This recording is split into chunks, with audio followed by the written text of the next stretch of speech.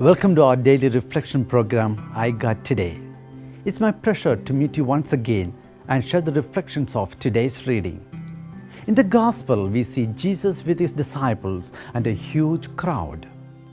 They were once again in a situation of having want of feeding this huge multitude. It's interesting to highlight the patterns of the attitude of Jesus and the disciples.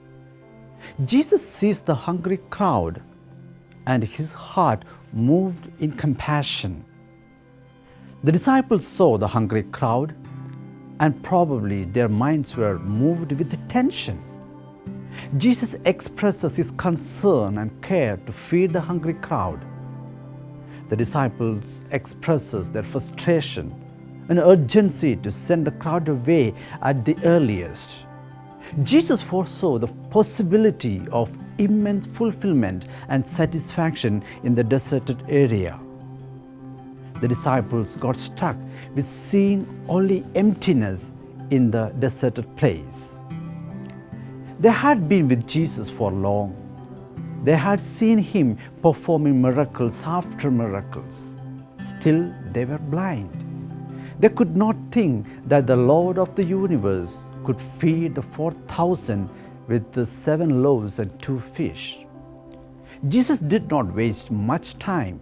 He moved in action to inquire about the possibility of feeding the people. While the disciples saw only the desert, Jesus looked beyond with love and compassion. So he says, "My heart is moved with pity for the crowd, for they have been with me now for 3 days and having nothing to eat." How often are we too like the disciples, limited in our thinking, restricted by our inabilities, struck by our mental calculations, and blinded by our disbelief?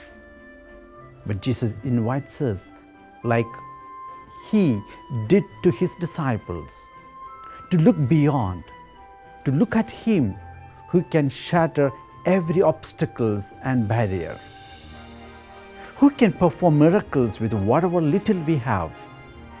Yes, we will have moments in our life which makes us to complain and say, it is so hard to trust in God and to believe that his hand is still leading us in the dark phases of our life. However, this is what he invites us to do, to place our total trust in him and come before him with whatever little we have.